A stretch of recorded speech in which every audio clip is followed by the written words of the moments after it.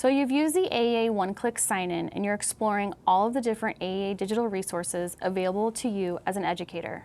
You may be asking yourself this now: how do I incorporate these AEA digital resources into the classroom? With me is Janelle from Heartland AEA. Janelle, you've been successful with incorporating these digital resources into the classroom, but please share with us what you did. So the teachers that I work with, and all teachers want to know novels, literature, texts that I am using, what resources are out there that I can give better experiences for my students. So I like to show them Gale in context. You go in there, you can click Romeo and Juliet. That's a typical text that a lot of teachers use.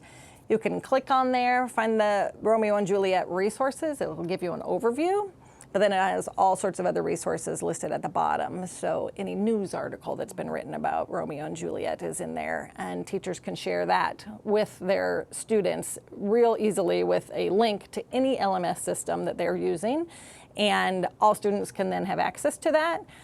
They're already vetted, so they're high quality resources that you don't have to sift through, you don't have to spend a lot of time on, and you know that they're going to be beneficial for your students' learning.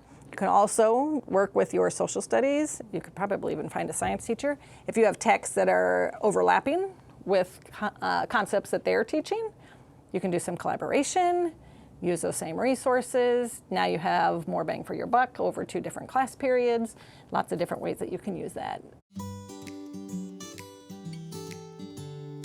As an educator, how would you cast a wider net for your students? So we talked about Gale, but if you went into AEA Scout, it has many. Gale, SIRS, all of those are in there. So a student or a teacher could go into there and they would find a lot more resources. If you needed research, you'd have lots of databases to go through, all again with one click. AEA Scout's the way to go. You've mentioned content areas. Can you please describe another example? I'm on the computer science team, and with the computer science standards, Science Flicks would be one that I would highly recommend. So you could check computer science, technology, any of those things. You go in there, there's things to read, there's things to watch.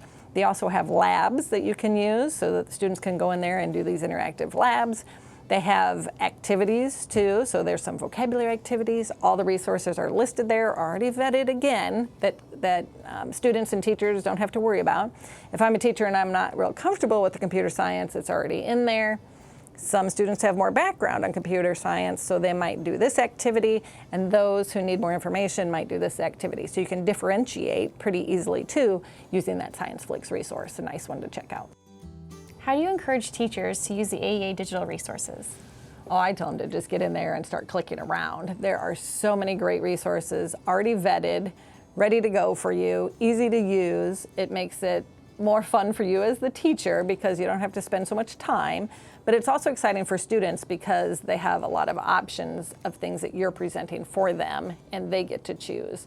So get in there, click around, see what's in there for not only the instructional piece as a teacher, but also let your students get in there and click around and see what they can learn from all the wonderful resources in any of those AEA digital resources. Thank you, Janelle, for sharing your experiences with us. Now it's your turn. Please take Janelle's lead and explore these high-quality AEA digital resources provided for you by Iowa AEAs.